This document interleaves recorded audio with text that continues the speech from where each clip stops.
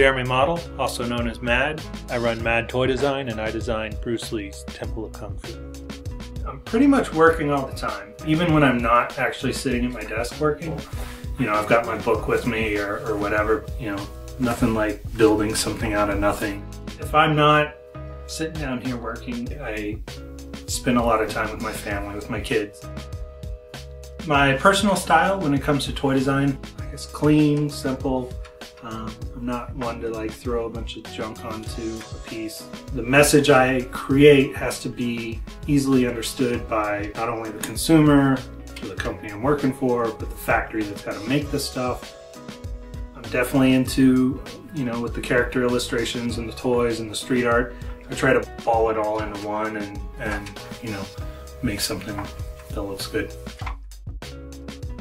The industry itself, it's gotten bigger and bigger every year.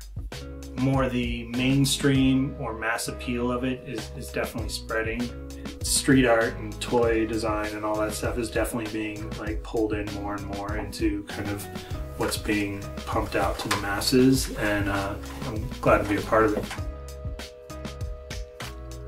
Kidrobot is probably one of my biggest clients right now. I've been working with them since 2006. You know, I'd been friends with some of the people that ran the company and were involved in it for a couple of years before that.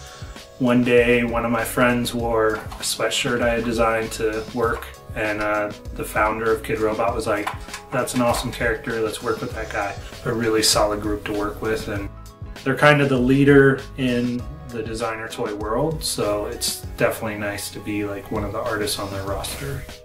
My studio is in my basement. It's a rough commute. I got 3 flights of stairs every day.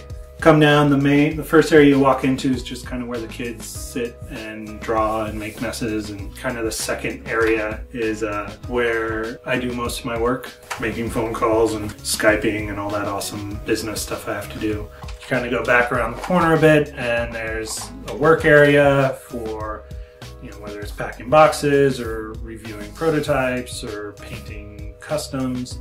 It's more of a get dirty area. Then I have a big drawing table area where the magic happens when I have to do illustration work. And then the walls are pretty much covered with my collection, stuff I've made, stuff other people have given me, things that I enjoy.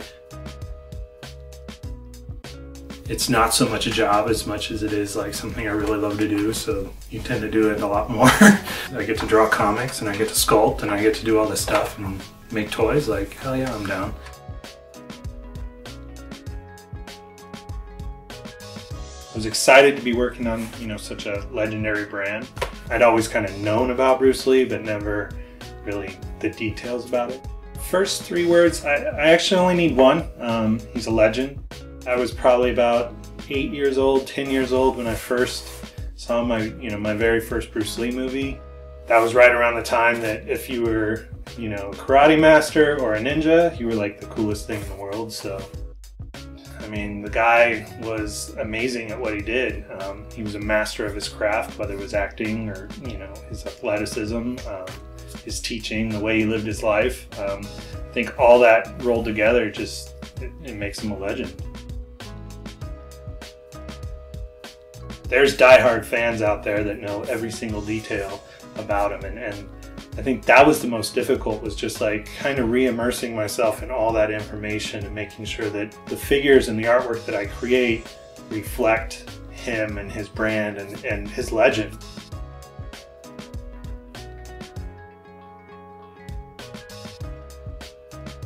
I start with a lot of different ideas in different directions. I tried to maintain a balance between my own style, a really good platform figure, and obviously representing Bruce Lee.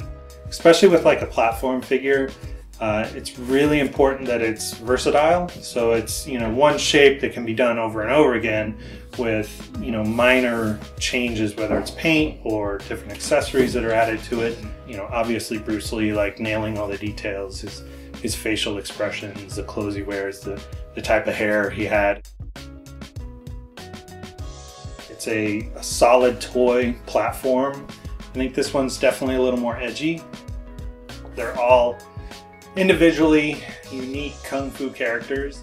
You know, we've got a ton of them planned. I've for this series, a couple other series down the road. I think it's definitely something that we can make a long-term brand out of, really stretch it out and make a lot of cool toys.